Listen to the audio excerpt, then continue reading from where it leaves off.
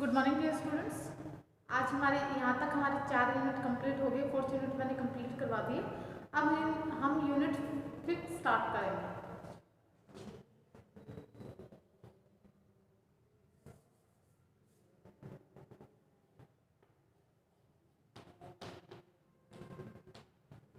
Unit 5 है हमारी। Unit 5 में हम करेंगे आहार या भोजन। आहार भोजन।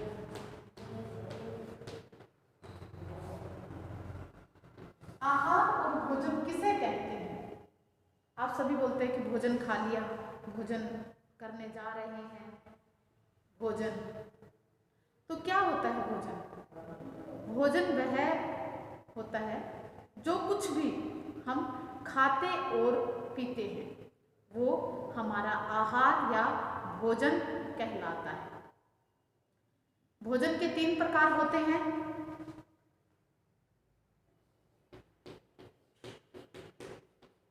भोजन के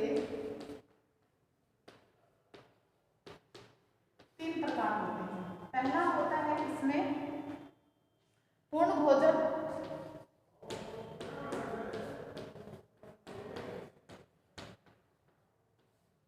पहला पूर्ण भोजन होता है। दूसरा अपूर्ण भोजन होता है।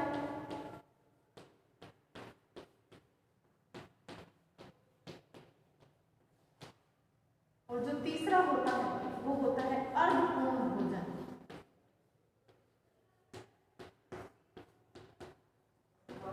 ये हमारे भोजन के प्रकार। 3 प्रकार का भोजन होता है। पूर्ण भोजन कौन सा होता है? जो ये पूर्ण भोजन होता है, पूर्ण भोजन होता है हमारा दूध। दूध जो होता है उसे कंप्लीट फूड कहते हैं, यानी संपूर्ण भोजन कहते हैं। पूर्ण भोजन क्यों कहा जाता है? क्योंकि यह शरीर को ऊर्जा तो देता ही है, साथ में यह पोषण भी प्रदान करता है। यानी ऊर्जा के साथ पोषण भी प्रदान करता है। पोषण भी प्रदान करता है। ऊर्जा के साथ साथ ये उसको पोषण भी प्रदान करता है। इसीलिए दूध को पूर्ण भोजन कहा गया है। आप देखते हो कि जैसे फास्ट वगैरह होता है या कुछ हो भी ऐसा लगता है कि हमें बाहर जाना है तो हम क्या करते हैं कि टाइम नहीं होता तो कम से कम 1 गिलास दूध पी ले। आप देखना कि जिस दिन आप उस टाइम दूध पी लेते हैं तो आपको भूख नहीं लगती है। उसका रीज़न यही होता है कि भोजन हमारे शरीर को ऊर्जा देने के साथ साथ पोषण भी देता है। इसीलिए इसको पूर्ण भोजन कहते हैं। अर्धपूर्ण भोजन किसे कहते हैं? अपूर्ण भोजन क्या होता है? यह वह होते हैं जो सिर्फ मुंह के टेस्ट के लिए खाए जाते हैं। जो ये अपूर्ण भोजन होते हैं वो किस लिए खाए जाते हैं? सिर्फ मुंह के टेस्ट के लिए खाए जाते हैं कि हमारा टेस्ट अच्छा हो जाए, मुंह का टेस्ट सुधर जाए। वो क्या होते हैं? अपूर्ण भोजन होते हैं। जैसे कि चटपटे जो भी भोज्य पदार्थ होते हैं वो अपूर्ण भोजन के अंतर्गत आते हैं। चाहे वो पिज़्ज़ा है, बर्गर है, मैक्रोनी है, चाउमीन है, ये क्या है? अपूर्ण भोजन के अंतर्गत आते हैं। ये हमारे शरीर को क्या है? पूर्ण रूप से पोषण प्रदान नहीं करते हैं। कुछ मात्रा में तो देते हैं लेकिन पूर्ण रूप से नहीं देते। लेकिन अगर हम फास्ट फूड वगैरह ज़्यादा करते हैं तो ये फायदे की बजाय नुकसान ज़्यादा पहुंचाते हैं, क्योंकि ये स्पाइसी होते हैं, ऑयली होते हैं और इनको लंबे पहले ही बनाकर कुछ टाइम पहले ही उनको कुछ टाइम क्या है इनको बहुत पहले ही, जैसे कि आप देखते हो चाउमीन वगैरह क्या होता है या जैसे कि बर्गर के लिए आपको आलू चाहिए या टिक्की वगैरह है तो इनमें क्या करते हैं वो जो भी इनकी जो सामग्री होती है वो मोस्टली पहले से उनको प्रिपेयर करके रखते हैं, यानी मॉर्निंग में उनको कर लेते हैं और इवनिंग लेट रात तक उसको क्या है चला कर रखते हैं। तो उस वजह से क्या है ये हमारे लिए हानिकारक हो जाते हैं। अब बात करते हैं अर्धपूर्ण भोजन कौन से होते हैं। अर्धपूर्ण भोजन वह होते हैं जो जब 2 भोज्य पदार्थों को मिलाकर खाया जाता है। जब दो भोज्य पदार्थों को मिलाकर खाया जाता है, जब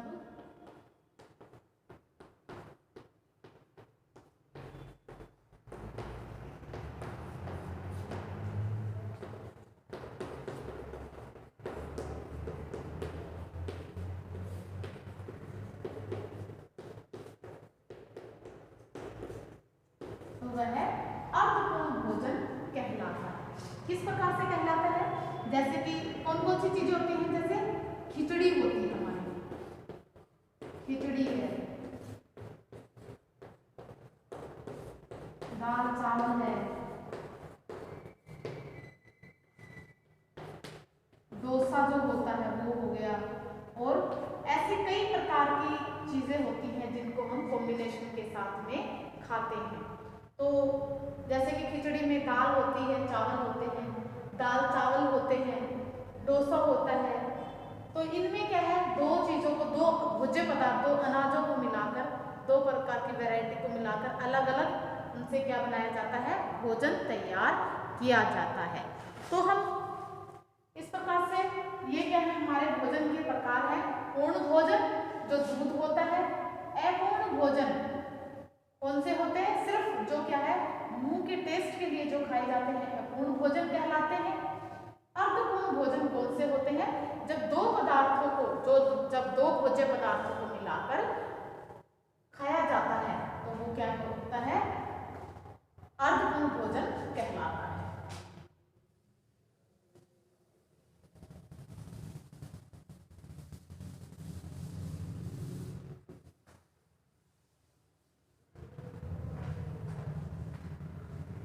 अब इसमें डेफिनेशन बताते हैं कि भोजन की परिभाषा क्या है? परिभाषा बताते हैं सुधा नारायण के अनुसार।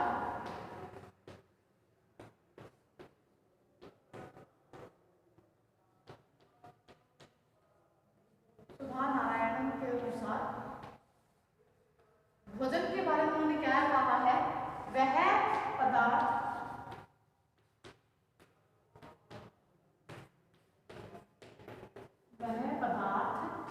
जो ठोस होता है, ठोस तरल, ठोस होता है, तरल होता है, और जीवित रहने के लिए तरल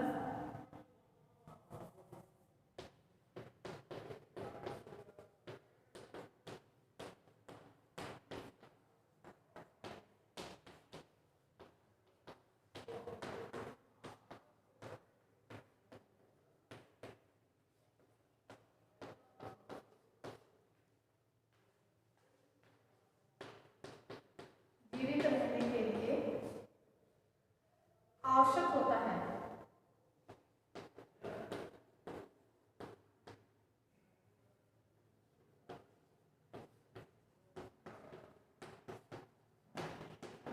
भोजन हमारे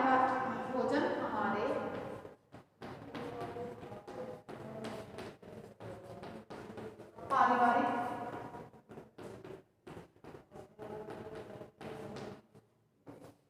भोजन हमारे पारिवारिक संबंध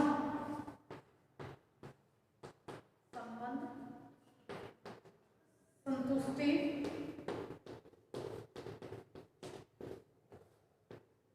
तृप्ति, सुरक्षा, प्रेम की भावना को दृढ़ बनाता है।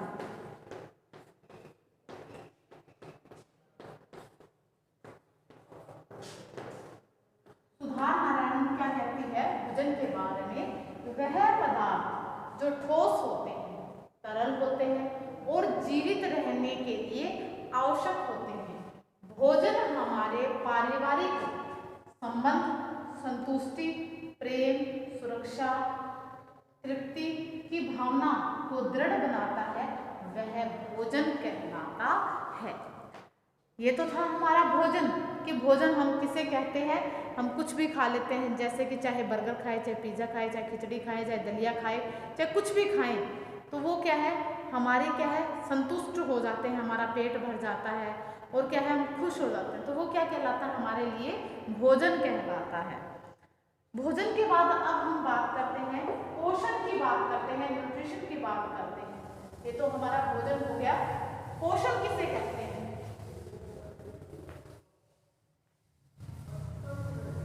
बोलते हैं कि पोषण की दृष्टि से भोजन ऐसा होना चाहिए, तो पोषण किसे कहते हैं? पोषण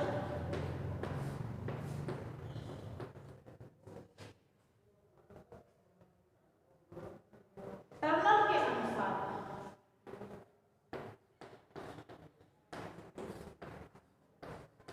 टर्नर के अकॉर्डिंग, टर्नर ने क्या कहा है भोजन के बारे में, सॉरी पोषण के बारे में? इन्होंने कहा है पोषण शरीर में होने वाली, पोषण शरीर में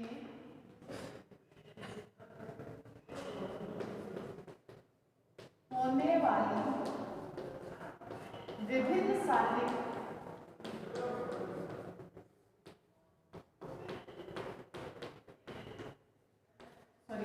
विभिन्न क्रियाओं के लिए आवश्यक होता है, विभिन्न क्रियाओं के लिए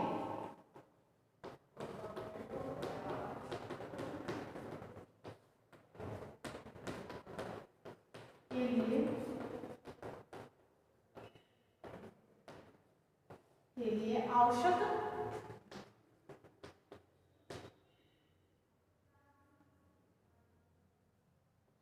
होता है। पोषण का अर्थ है,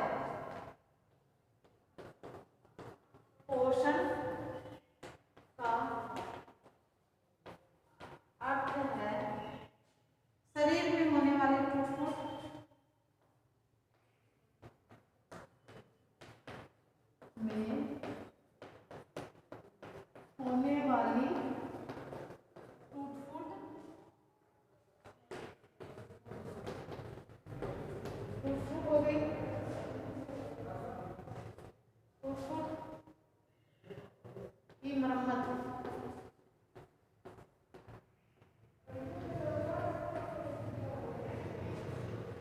मरम्मत करना और शरीर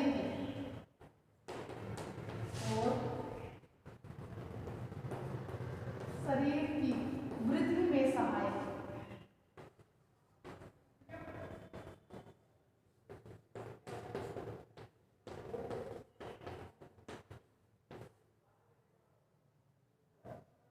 ये क्या कहलाता है? वृद्धि में सहायक होना।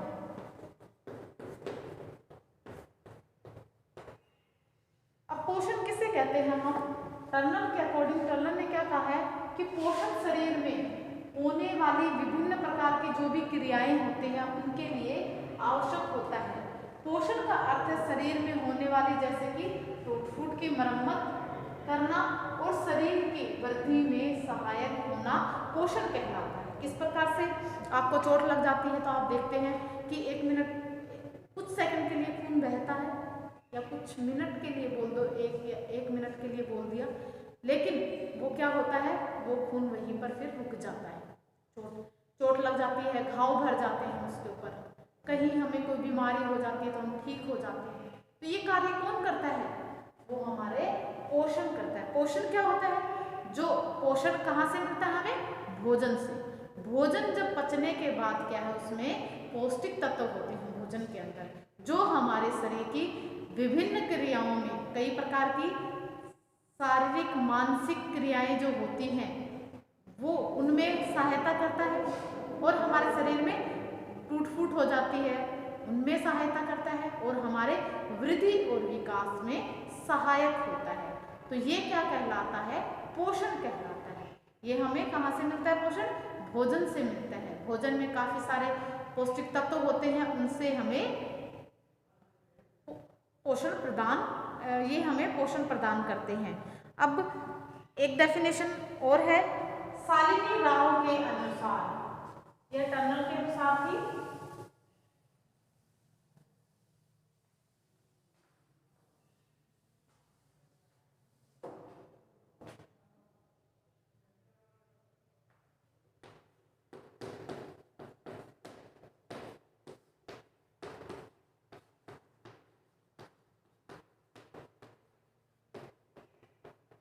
शालिनी राव के अनुसार, शालिनी राव क्या कहती है, भिन्न भिन्न पौष्टिक तत्वों का अध्ययन करना, भिन्न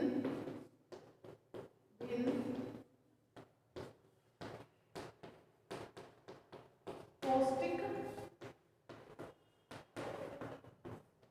तत्वों का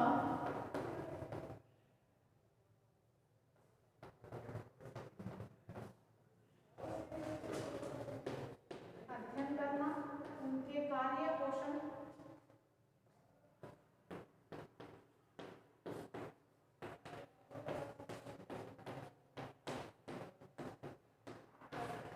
के कार्य पोषक तत्वों के बारे में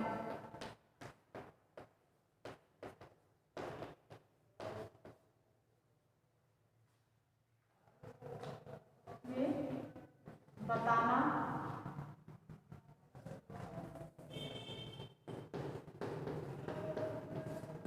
और उनका मानव के ऊपर प्रभाव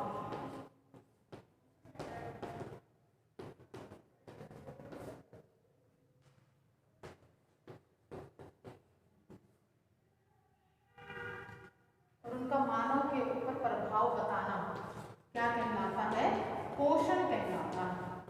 शालिनी राव क्या कहती हैं कि भिन्न भिन्न पौष्टिक तत्व जो होते हैं उनका अध्ययन करना, उनके कार्य, उनके पोषक तत्वों के बारे में बताना और उनका मानव के जीवन के ऊपर क्या प्रभाव पड़ता है, मानव के शरीर के ऊपर क्या प्रभाव पड़ता है, जीवन पर नहीं शरीर पर क्या प्रभाव पड़ता है, उनके बारे में बताना पोषण कहलाता है। तो ये थी हमारी आहार की डेफिनेशन, पोषण की डेफिनेशन।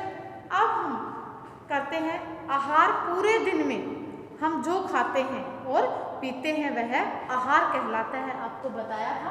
अब आहार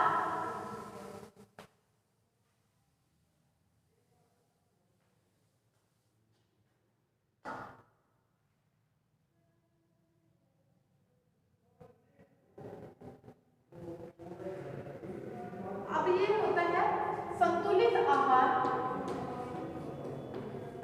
आहार या भोजन दो प्रकार का बताया आपको, संतुलित और दूसरा असंतुलित।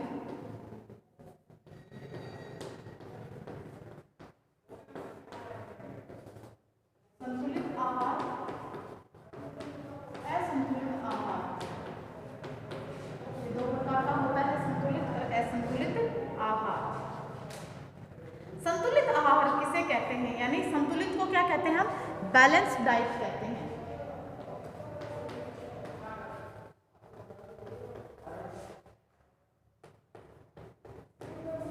बैलेंस्ड डाइट, इसको हम बैलेंस्ड डाइट बोलते हैं, संतुलित आहार बोलते हैं।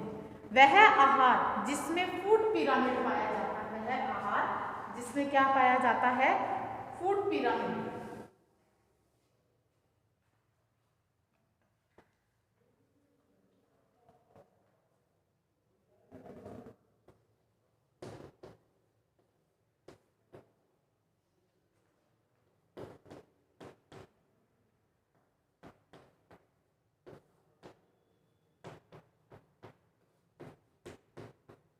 पिरामिड किस प्रकार का होता है, इस प्रकार से होता है पिरामिड, जिसके अंदर फूड पिरामिड पाया जाता है, वो है संतुलित आहार कहलाता है।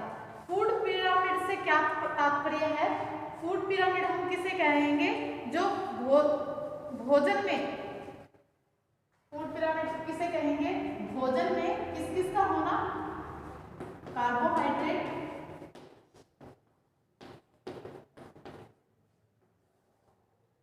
वसा, प्रोटीन,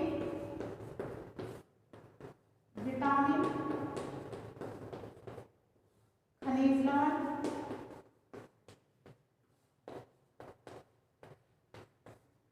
और पानी, जल, इनका होना, कार्बोहाइड्रेट, वसा, खनिज लवण, विटामिन इत्यादि का होना, ये क्या कहलाते हैं, यानी एक बार पानी को हटा देते हैं, इन चीजों का होना, ये 5 चीजें कार्बोहाइड्रेट, वसा, प्रोटीन, विटामिन और खनिज लवण, इन सब का भोजन के अंदर होना क्या कहलाता है, फूड पिरामिड के अंदर ये सारी चीजें आती हैं, जिसके अंदर ये सारी चीजें आएंगी, जिस भोजन के अंतर्गत ये सभी उस भोजन सम्मिलित हैं तो वो भोजन क्या कहलाता है? संतुलित भोजन या संतुलित आहार कहलाता है। जैसे कार्बोहाइड्रेट व वसा शरीर को क्या देते हैं? ऊर्जा देते हैं। कार्बोहाइड्रेट और वसा है शरीर को ऊर्जा देते हैं।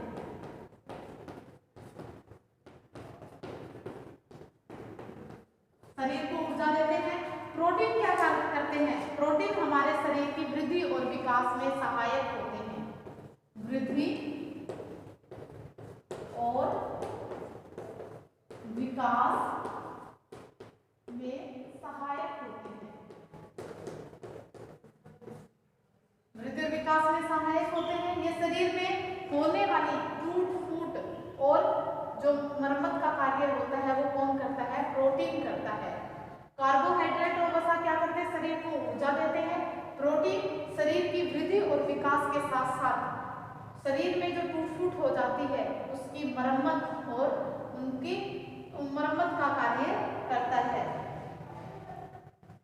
विटामिन है वो शरीर में होने वाली जटिल क्रियाओं की शरीर में होने वाली जटिल क्रियाओं में भाग लेता है।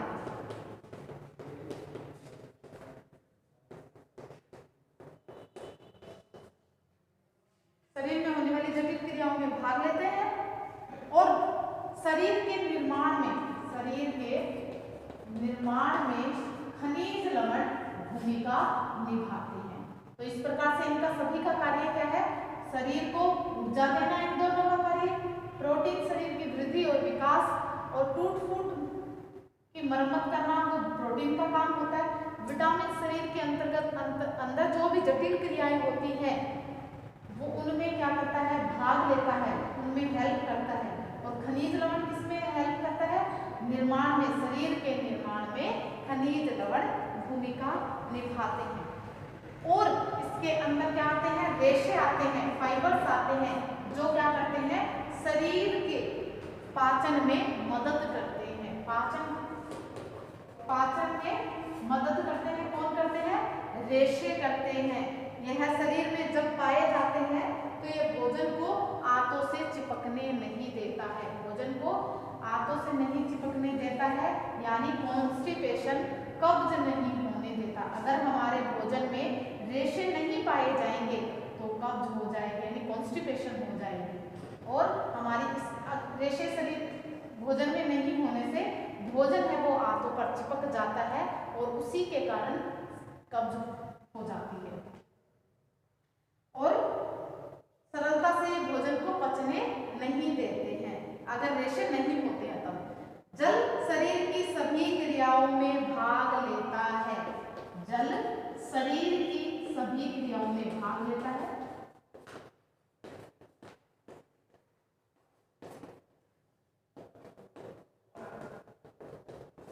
शरीर की सभी क्रियाओं में जल भाग लेता है, उनके पाचन में, उनके अवशोषण में और चयापचय में जल मदद करता है और शरीर के तापक्रम को नियंत्रित रखता है। जो टेम्परेचर होता है हमारी बॉडी का उसको कंट्रोल करने का कार्य भी जल ही करता है।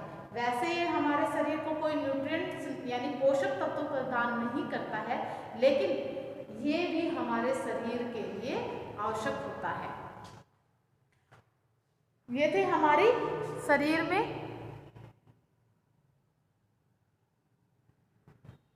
तो आपको बताया संतुलित आहार, बैलेंस डाइट किसे कहते हैं? जिस आहार के अंदर फूड पिरामिड पाया जाता है वह संतुलित आहार कहलाता है। अब फूड पिरामिड आपको बताया ये क्या होता है? फूड पिरामिड होता है, ये ऐसे बना होता है। इसके अंदर अभी आपको बताएंगे आगे कि कैसे होता है। इसके अंदर क्या क्या चीजें होती हैं? कार्बोहाइड्रेट, वसा, प्रोटीन, विटामिन, खनिज लवण, रेशे और जल, इन सभी का होना आवश्यक होता है। कार्बोहाइड्रेट और वसा शरीर को ऊर्जा प्रदान करते हैं। प्रोटीन वृद्धि और विकास के साथ साथ शरीर के अंदर जो भी टूट फूट हो जाती है उनका मरम्मत का कार्य प्रोटीन करता है। शरीर में होने वाली कई प्रकार की जो जटिल क्रियाएं होती हैं उनमें विटामिन भाग लेते हैं। खनिज लवण शरीर के निर्माण में मदद करते हैं। रेशे होते हैं वो भोजन को आंतों से नहीं चिपकने देते हैं। अगर ये भोजन आंतों से चिपक जाएगा तो कॉन्स्टिपेशन हो जाता है, तो उसमें मदद करता है। और जल क्या करता है, शरीर के अंदर होने वाली कई प्रकार की क्रियाएं जैसे कि अवशोषण, पाचन, अवशोषण और चयापचय, ये जो क्रियाएं होती हैं उनमें जल की भूमिका होती है। अब फूड पिरामिड क्या होता है?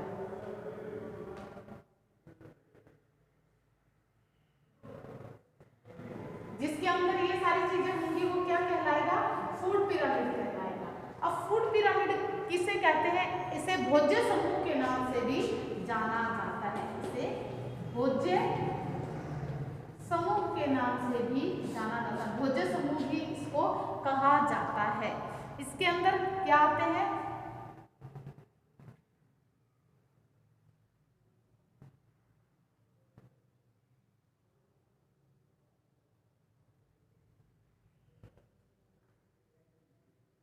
फूड पिरामिड भी आपको बताऊंगी। अब हम करते हैं फूड पिरामिड, बाद में बताऊंगी इसका कैसे है। फिर बताती हूँ असंतुलित आहार किसे कहते हैं। आहार दो प्रकार का होता है। वो तो भोजन को बांटा गया था, जो मैंने पहले बताया था, उसे अलग अलग कैटेगरी में बांटा गया था, जिसमें हमने पूर्ण भोजन, अर्धपूर्ण भोजन और अपूर्ण भोजन की बात की। ये भोजन के प्रकार है कि कितने प्रकार का होता है। संतुलित भोजन होता है और असंतुलित भोजन होता है। बैलेंस्ड और अनबैलेंस्ड डाइट यानी असंतुलित भोजन।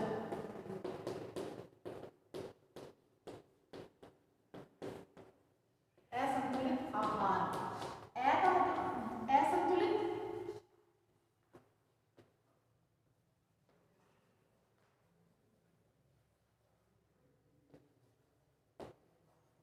Unbalanced diet. अनबैलेंस्ड डाइट क्या होती है? वह आहार जिसमें जो पोषक तत्व होते हैं, पौष्टिक जो पदार्थ होते हैं, वह एक या एक से अधिक होते हैं या कम होते हैं। या तो वो अधिक मिलेंगे उसमें डाइट में या वो कम मिलेंगे, यानी बैलेंस्ड नहीं मिलेंगे, अनबैलेंस्ड। या तो आवश्यकता से अधिक होंगे या फिर आवश्यकता से कम होंगे, तो वो क्या कहलाते हैं? अनबैलेंस्ड डाइट कहलाती है, असंतुलित आहार कहलाता है। असंतुलित आहार में पोषक पदार्थ कम या अधिक पाए जाते हैं, जैसे भोजन में अधिक वसा लेना। जैसे कि हम क्या लेते हैं? भोजन में वसा अधिक लेना। वसा किस रूप में अधिक लेते हैं? तेल या घी के रूप में लेते हैं। जैसे कि हम क्या है, ऑयली चीजें ज्यादा खाते हैं। ऑयली जैसे कि दिन भर में कभी पकोड़े खा रहे हैं, कभी समोसे खा रहे हैं, कभी गोलगप्पे खा रहे हैं, तो वो क्या हो जाएगा? उसकी क्वांटिटी हमारे शरीर में ज्यादा हो जाएगी। तेल क्या हो गया? हम एक एक चीज को ज्यादा खा रहे हैं तो वो क्या हो जाएगी? उस चीज की अधिकता हो जाएगी। तो इसलिए कई लोग क्या करते हैं, सब्जी बनाते समय उसमें क्या है, इतने अधिक तेल का यूज करते हैं कि ऊपर से वो तैरता रहता है। और वह क्या है, ऐसी सब्जी अगर जो लोग खाते हैं, अगर वो लंबे समय तक इसको खाते हैं तो क्या हो जाएगा? उसके व्यक्ति के शरीर में तेल की मात्रा अधिक हो जाएगी। मात्रा अधिक होने से उसके शरीर पर चर्बी जम जाएगी, यानी वो मोटा हो जाएगा। और मोटापा क्या है? कई प्रकार की बीमारियों की जड़ होता है। मोटापे के कारण कई प्रकार की बीमारियां जन्म ले लेते हैं, जैसे हाई बीपी हो गया और हार्ट अटैक हो गया। इस प्रकार से मोटापा कई प्रकार की बीमारियों का कारण होता है। इसी प्रकार कुछ लोग कम मिर्च मसालों का प्रयोग करते हैं, बहुत कम मात्रा में नमक लेते हैं, बहुत कम मात्रा में क्या है, अगर हम उनको लगातार मात्रा उनकी कम करते रहेंगे तो ऐसे लोग जब लगातार ऐसा खाना खाते रहते हैं तो वह लो बीपी के शिकार हो जाते हैं। ज़्यादा हाई ये वगैरह तेल वगैरह खाते हैं तो हाई बीपी हो जाता है, और कम खाते हैं तो क्या हो जाता है? लो बीपी के शिकार हो जाते हैं। तो इसीलिए हमें क्या है, ये क्या कहलाता है? असंतुलित भोजन कहलाता है। भारत में ज़्यादातर लोग असंतुलित आहार लेते हैं। ऐसा नहीं करना चाहिए, क्योंकि यह स्वास्थ्य के लिए अधिक होता है। असंतुलित भोजन हम किस प्रकार से खाते हैं कि जैसे कि एक ही एक चीज़ को ज़्यादा खाते रहते हैं।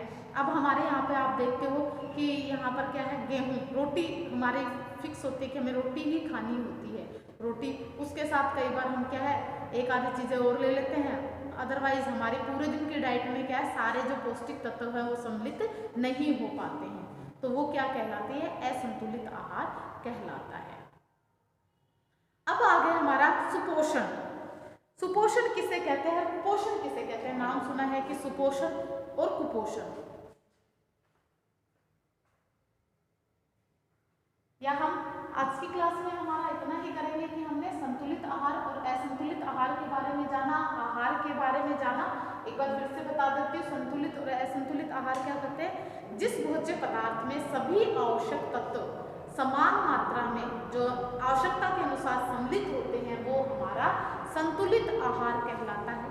और जिस भोज्य पदार्थ में आवश्यकता से अधिक और आवश्यकता से कम न्यूट्रिशन यानी पोषक पदार्थ वो सम्मिलित होते हैं वो असंतुलित आहार कहलाता है। तो इस प्रकार से आज के लिए इतना ही। Okay, bye, have a nice day.